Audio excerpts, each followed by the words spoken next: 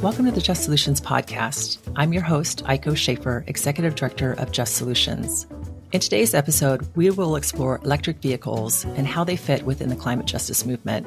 I'm joined today by Janelle London and Matthew Metz from Coltura, an organization working to improve climate, health, and equity by accelerating the switch from gasoline and diesel to cleaner alternatives. Welcome, Janelle and Matthew, to the Just Solutions podcast. Thank you. Thank you, Aiko.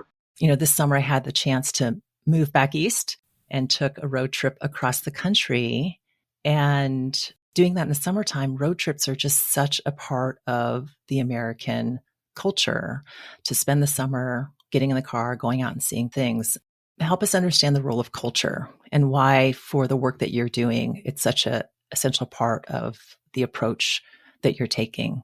Gasoline use is steeped in American culture. First of all, just driving, as you mentioned, it's a major part of culture. That's what Americans are used to. That's what we expect. The way we've always got around before is through gasoline. The fact is it has enormous significance for the climate and for many, many factors. And so our cultural efforts are trying to sort of dive into that issue and really examine and change that aspect of culture, that we don't have to rely on gasoline so much. Yeah, it's so helpful to think about that. I think so many of us remember when we got our driver's license and the impact it has to be able to drive by yourself very much evokes this sense of American individualism. And so much of the climate conversation is very technical and very much focused on the impacts on climate. But this very notion of driving is so much at the heart of our identity as a country. So I'm excited to have this conversation with you all to figure that out.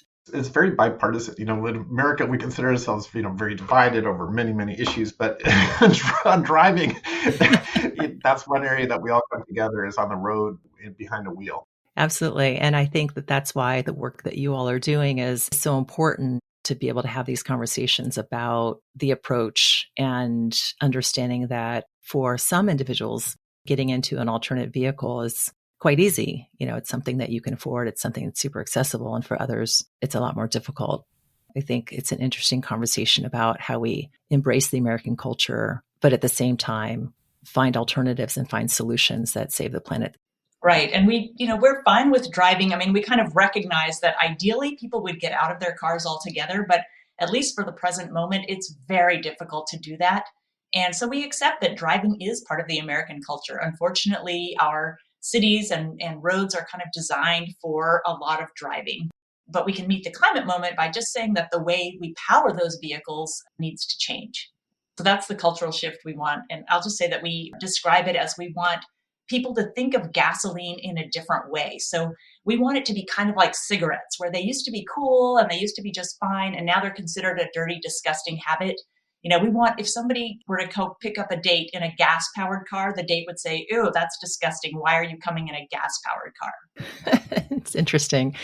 Well, and I think that this conversation is obviously a part of a larger conversation around transportation, how we move around. And for some people, that's going to be in a city. Some people, it's going to be in rural communities. In all those spaces, currently there are cars. And at the same time, the climate is changing rapidly. And so the question is, always around how do you move quickly, and then how do you move systemically? And I think that's always the challenge of these types of conversations, and why it's important that we're talking together about the implications for Black, Indigenous, people of color communities and those with lower incomes.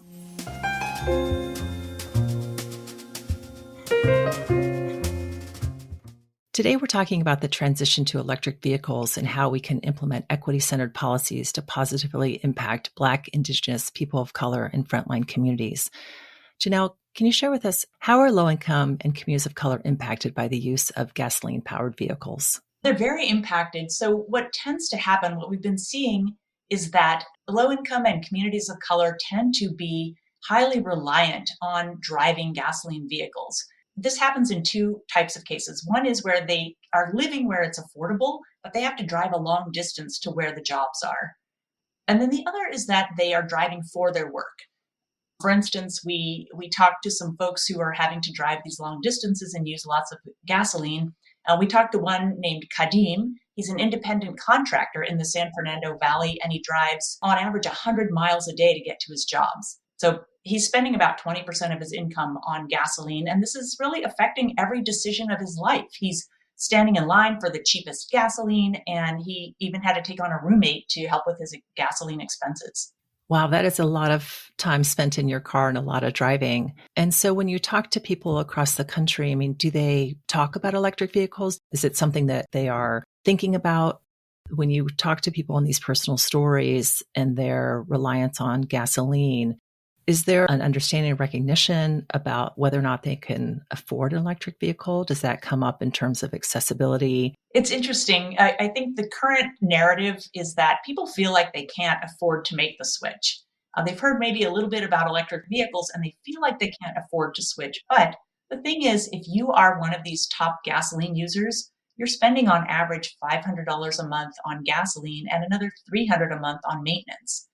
So if you were able to redirect that $800 a month towards an EV car payment and electricity, in a lot of cases, these drivers will actually come out ahead financially.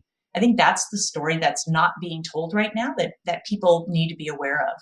And Janelle, the people that you're talking about are people who also don't have access to public transit at this point. It is in the case of the story that you share that cars are the main way that they get around. That's right. They tend to be people in more rural areas and kind of far-flung areas where there isn't a lot of good transit.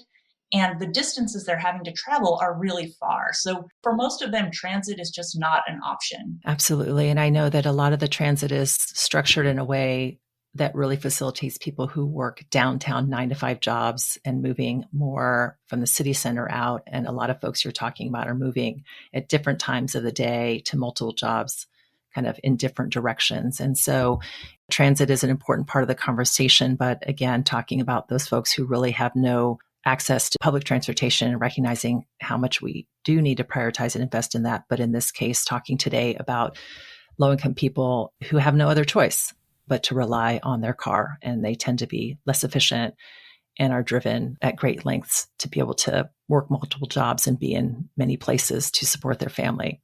When you think about communities with lower incomes, communities that are predominantly BIPOC, I mean, why should communities prioritize a transition to electric vehicles? It comes a little bit obvious from our conversation and the point that you raised, Janelle, but like thinking broadly, what are the bigger benefits for communities to transition to electric vehicles? Well, of course, the air is going to be cleaner. If you can get enough people to make that transition, the air will be cleaner, it'll be quieter, they'll be subject to a lot less really toxic air pollution. But also, you're keeping money in the community. So with the savings from switching to an electric vehicle, if you can just get into that vehicle, now you're saving all these monthly costs that you can now spend on other things in the community and keep those funds in the community as opposed to them going outside towards gasoline. It's a really great point. And then can you share a little bit more about the climate impacts of our reliance on gasoline cars?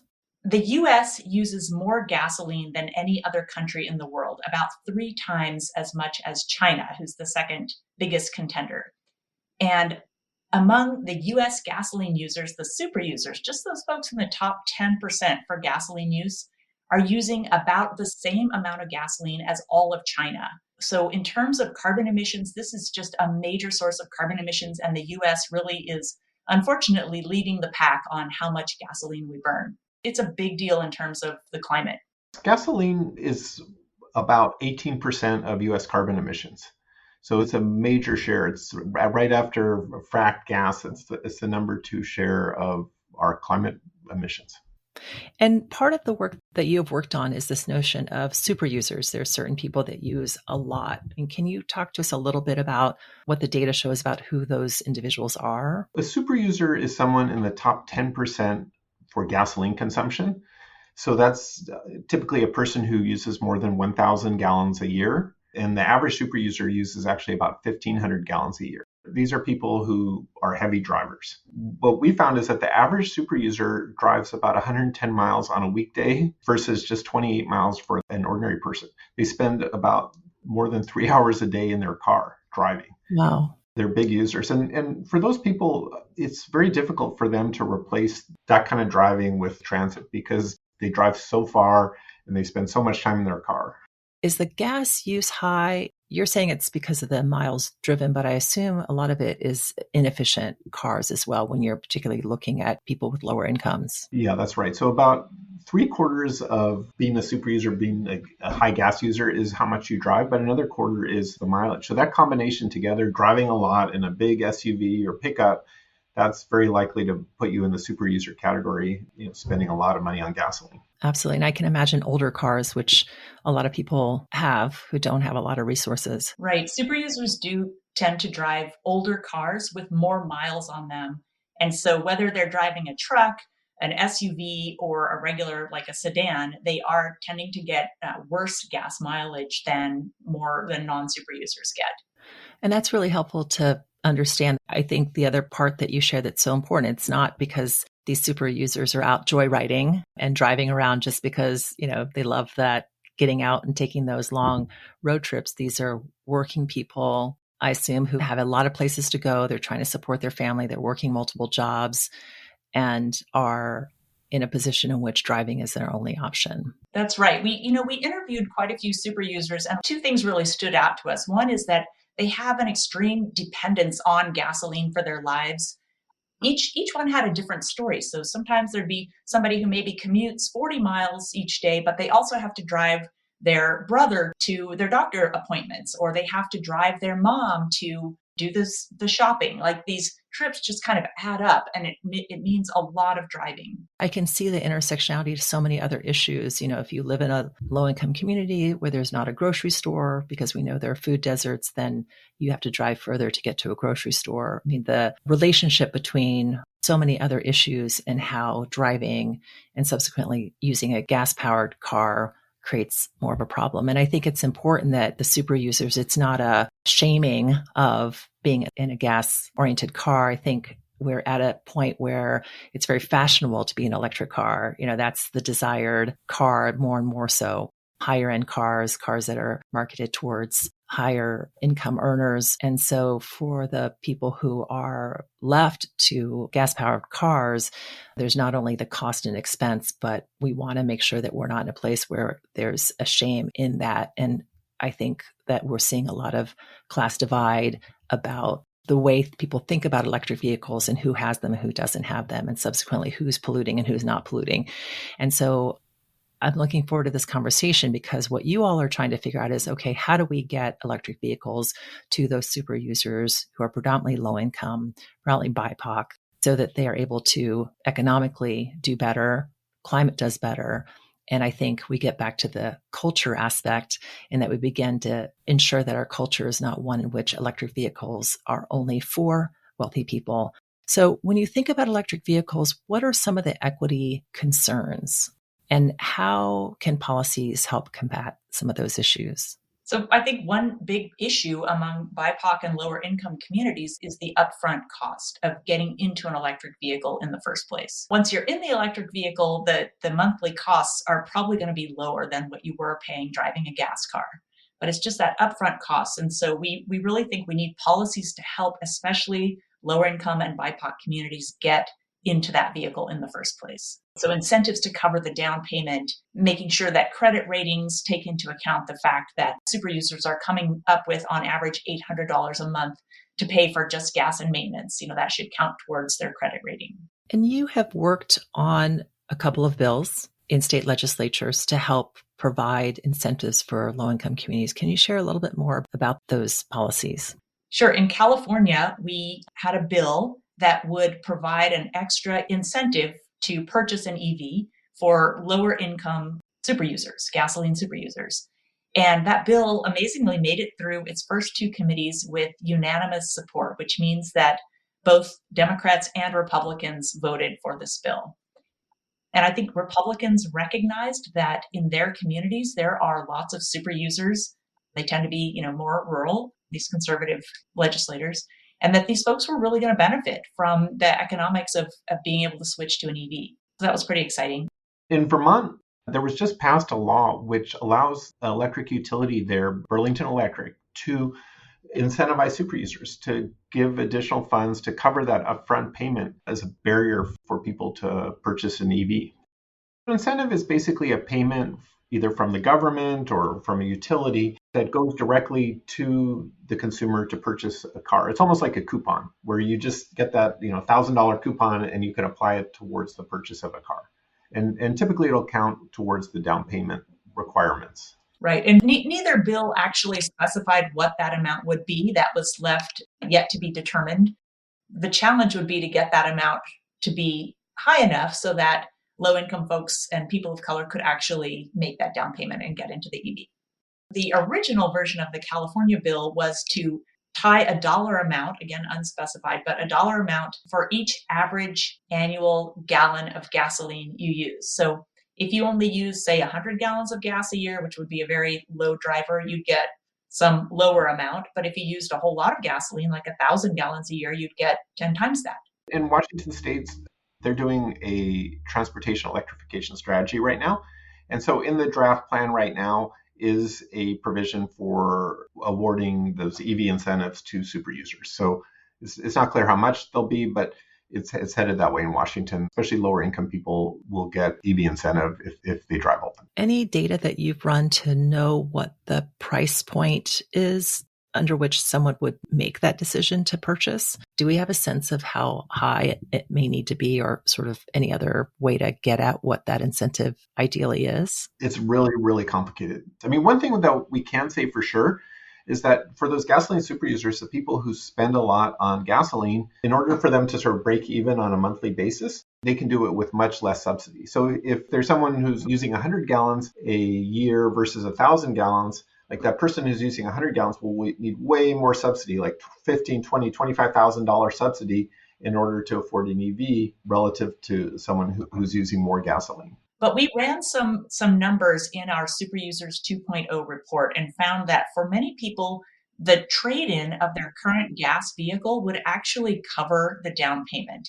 And so in a lot of circumstances, a super user could actually not have to deal with a down payment and switch to an EV and still save money on monthly costs. So one of the big issues with incentives is that there's never enough money, is that usually they run out. Like California's incentive program, I think they start in January. By March, there was no more money left. So it's really important that states be very strategic about how they award that money, because it's not enough. So they should award it where it'll do the most good for the people whose lives will improve the most and who will do the most to reduce climate pollution. Does the recent federal investments around the Inflation Reduction Act have any implications for state resources for electric vehicles? The federal incentive can be added on to whatever the state incentive is. Not every state has an incentive, but a lot of states do. So the federal is up to a $7,500 tax break and tax credit on purchase of an electric vehicle. Well, that means you have to have at least $7,500 in taxes to be able to take full advantage of the $7,500 tax credit, which a lot of low-income people may not have.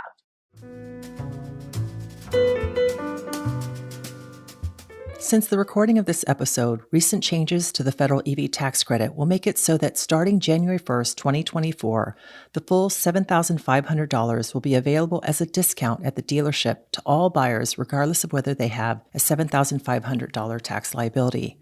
This update will allow millions more to access this incentive.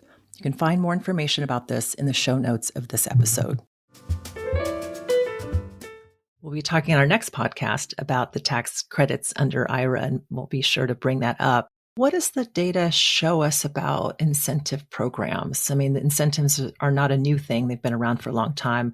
They haven't necessarily been targeted to a particular income level or a level of gasoline use. Yeah, I mean, they're an effective tool to get people to buy something. Like I say, it's a coupon. So in places like Georgia, where they had a really good incentive, a lot of people were buying electric vehicles. Then they took the incentives away and people stopped. So it is helpful to get people to buy. But I do think one shortfall of these incentives is that they have been primarily used by higher income folks. And so there really needs to be a focus on outreach, marketing, and education in lower income and BIPOC communities about these kinds of incentives. Word is just not getting out to these folks. And so we think there's a real need to do that. And we've been mapping the data that where these super users are located, where lower income and BIPOC communities have high concentrations of gasoline super users, so that governments could really target education and outreach to them. And in fact, the California bill did require a targeted outreach to lower income communities. And in the bills, you mentioned the use of data to identify the super users. Is that a part of the policies as well, to help them use mapping and data to identify, and any metrics that you would want to see in policy to, again, be measuring and figuring out whether or not we were having impact? Yes, the California bill did require some tracking and reporting and really getting to exactly what you're talking about, focusing in on the gasoline super users and especially those who are lower income. One thing I'd add, United States, we do a terrible job of actually tracking gasoline use, understanding how it's used, where it's used, why it's used. So we're just really helping get that conversation going and really start to bring some data to it. Before we started, really, people could only say, well, at the state level, California uses this amount, but anything beyond that, anything more granular, they weren't able to say. And so we don't have those muscles yet for really managing gasoline and understanding how to use it or how to replace it.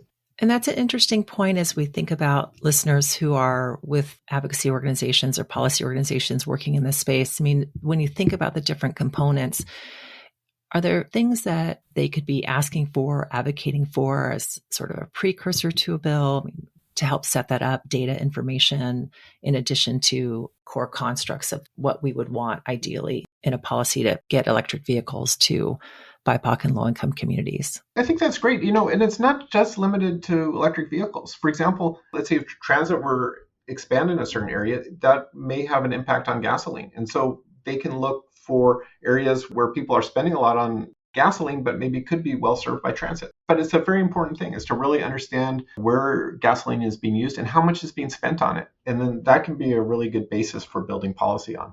I like where you're going, Matthew, in the sense that the transportation approach needs to really be comprehensive. And I think looking at the consumer, so to speak, about their needs and experiences. And I think that for so long, the decisions we've made have not been really driven by that. And to be able to have that conversation to almost reimagine what the modern day and more climate oriented approach should be. And I think that conversation is one that we tend not to have. We tend to kind of silo everything out. You do transit, you do EV, and to not think about that in a particular way. We've spent so much time and money as a country to really build this massive infrastructure around highways, and actively, and I would argue, we know industry who would benefit from this really spent a lot of money to facilitate this reliance on car driving. The part that makes me wonder is, in addition to that, we really rely on gas taxes to fund highways and other infrastructure. So if we reach the ultimate objective, which is there are no gasoline cars on the road, how does that fit in terms of the approach and thinking as we transition away from gasoline cars? I would just note first that we're very far from that point. Absolutely, right. 1% of cars on the road are electric across the US. But, you're right. We will get there. And eventually we will have to have a system that pays for our road maintenance and so on. And if we don't have the gas tax, we'll need something else. But it's crazy to think that we would continue to rely on burning gasoline to fund our roads when we're destroying our climate and air quality in the process. So we do need a solution. And, some states are testing out various kind of road usage charges where you would pay for using the roads, maybe by how many miles you drive. I think there are other countries that have plans where you have to pay a flat amount if you're going to drive in that country, period. Washington State has a flat fee. I actually think it's not a bad way to go, just because it's so simple. If you have an EV, you pay $200 or $225 actually in Washington. And actually that does benefit super users in that if they drive a lot, then they don't have to pay a lot. I mean, there's different theories about it, but I don't actually think it's that hard a problem to solve. The politicians and consultants spend decades debating this, but really it's not that big a deal. It's not that hard a problem. There's a lot of solutions out there. But it is true that in some areas, the heads of the legislative transportation committees, they don't like EVs because they see one day, well, this is going to take away our pot of money. And so we shouldn't do anything to help this transition along, which is totally nuts, but it's not uncommon. And it's by virtue of really tying good things to bad things. And I think that happens a lot in policy. So the gas tax model is basically that the government is business partners with the oil industry. They get 15 to 20% cut, and they like it. In Europe, they get like a 80% cut or something. The government gets a huge cut, and they like that as well. But that ultimately isn't very healthy. We've been able to talk a lot more recently about the concept of energy burden, really looking at the amount that someone pays towards energy costs, but we haven't done that as well on transportation. It's not just the gas, but it's the other expenses, the maintenance, and everything else that goes into owning a car. And so I think about what the individual experience is and embracing that higher gas prices are not a good thing. I think from an environmental perspective, there's been we want it to be expensive because it forces people out of this situation because it'll be so expensive. They'll be forced to make the decision. Well, the people we're talking about, there is not the money to say, okay, I'm throwing in the towel. I'm going to get an electric vehicle now. We were pretty shocked to find that lower income people are spending on average 15% of household income on gasoline and another 9% on maintenance and repairs. So the academic literature on energy burden, it says, well, above 4%, well, that's a pretty heavy energy burden. Like in general, that's considered high. And so we have many people 4, 5, 6, 7 times that. We had people talking in their interviews about how instead of having breakfast, they would buy gas, that between food and gas, they would have to choose gas. And it kind of makes sense because they have to get to work, but it's not regarded as a social problem. No one even talks about it. And so that energy burden issue is actually extremely important. There needs to be this comprehensive approach, really looking deeply and systemically. And we're talking now about electric vehicles as a part of that, but clearly so many things to figure out. And even in the road user fees, thinking about the, again, additional economic burden for people with lower incomes. So if it's based upon miles driven, then again, your super users who are driving a lot are paying more in road user fees. And again, then that is disproportionately on Black and brown communities and people with lower income. So someone who works multiple jobs, it's because their job probably pays terribly. And so if they had one good paying job, they wouldn't have to drive as much. So there are just ways in which so much of this is connected and so many important conversations to kind of approach the economics in addition and connected with the climate and environmental priorities for sure. We're looking at conducting pilots in various markets. So one of them is in the town of Los Banos. It's about 80 miles from San Jose and 70 miles from Fresno. And it has about 20% super users. And a lot of those super users are driving cars and sedans, for which there are already lots of electric models widely available at pretty reasonable prices. So we're looking at doing a pilot there of if we focus a lot of marketing and education efforts on those super users in Los Banos, who we know are probably commuting to San Jose and to Fresno, can we actually help them make that switch? So we're very excited to find out what happens there. Well, we'd love to have you back on the show to tell us what you found out in those pilots. Sounds very exciting. So when you're thinking about our audience again, is there any advice that you would give them around starting the conversation, work that it would take to replicate the policies in California and Vermont? Any other advice that you would offer up? Sure. Come talk to us. We are gathering data at an ever more granular level. And so we can probably help them sort through what's going on in their community and what policies would be really effective in achieving this kind of great combination of reducing gasoline use as quickly as possible while also helping the economics of low-income and BIPOC communities. Data is a very helpful thing. Appreciate all the data work that you all have done around this work and really trying to figure out how we can dig deeper and better understand what's happening. Well, it's just been so great to have you all on the podcast today and learning about the work that you're doing and the success that you've been having in Vermont and hopes of more success in California. So we always end the show on a high point and asking our guests what makes them hopeful about the environmental justice movement today.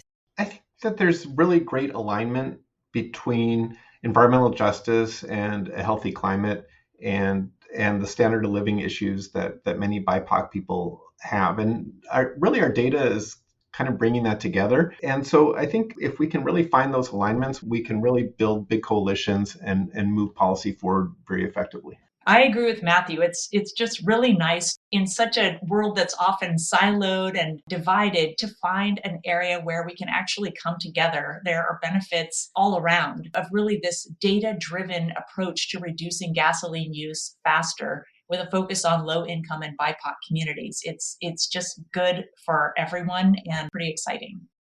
Yeah, I think it's the inclusion and the focus on low income and BIPOC communities, but it's more so the prioritization. So I think what's interesting about the work that you're doing is that you're saying this is really a priority. This is where you have to start. This is where you have the biggest impact. And so I appreciate the prioritization and the fact that Coltura is making that a big part of the work you're doing and emphasizing that through data and through policy.